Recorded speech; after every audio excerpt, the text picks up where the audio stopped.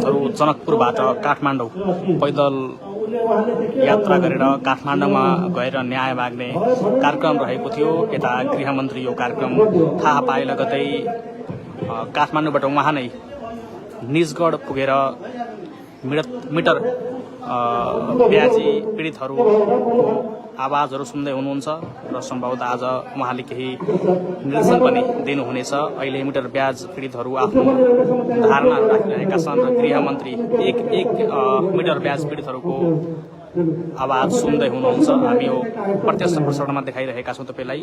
Metre ब्याज पीडितहरू जनकपुरबाट काठमाडौँ पैदल गइरहेका थिए र उनीहरूलाई निजगढमा रोकेर गृहमन्त्री सुदन गुरुङ सबैको पीडा सुन्दै हुनुहुन्छ।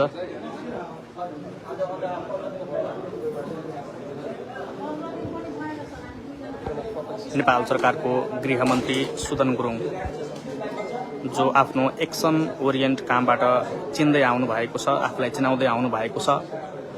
म फेरि जानकारी गराए, मिटर ब्याज पीडितहरू जो जनकपुरबाट काठमाडौँ पैदल यात्रा गरेर आफ्नो न्यायको खोजीमा निस्किएका ती पीडितहरूलाई बाराको निजगढमा रोकेर उहाँहरूको समस्या सुन्नको लागि गृहमन्त्री सुदन गुरुङ स्वयं निजगढ पुग्नु भएको छ र एक मिटर ब्याज पीडितहरूको आवाज सुन्दै हुनुहुन्छ।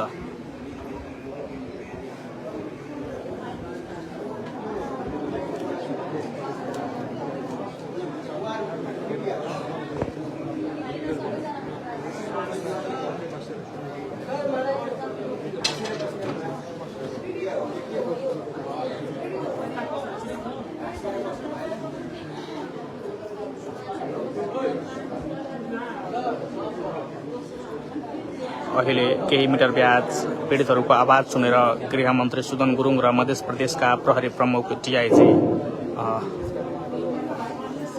उक्त विषयमा कुरा गर्दै हुनुहुन्छ।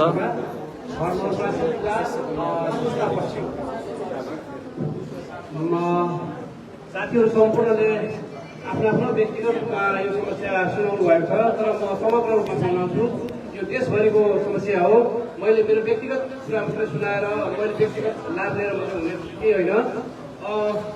हाम्रो समस्या के हो भने अहिलेको सरकारले हामीलाई जति पनि हामीसँग मिटर ब्याजसँग सम्बन्धित जुन पहिलाको सरकारहरूले गरेको सम्झौताहरू छन् त्यो सम्झौताहरूलाई कार्यान्वयन गर्नुपर्ने शक्तिशाली आयोग बनाएर र जिल्ला प्रशासन जिल्ला प्रहरी कार्यालयले गरिरहेको कामलाई अदालतमा धेरै बाधा परेको छ। त्यो अदालतलाई कसरी हो गर्ने, जस्तो एक्जाम्पल मैले एउटा के भन्छु, म एउटा व्यक्ति हो भने मैले कुनै पनि चिजहरूलाई 10 जना 20 जना 25 जनालाई मैले लगानी गरेको छु भने त्यो लगानीको स्रोत अदालतलाई खोजिदिनु पर्ने।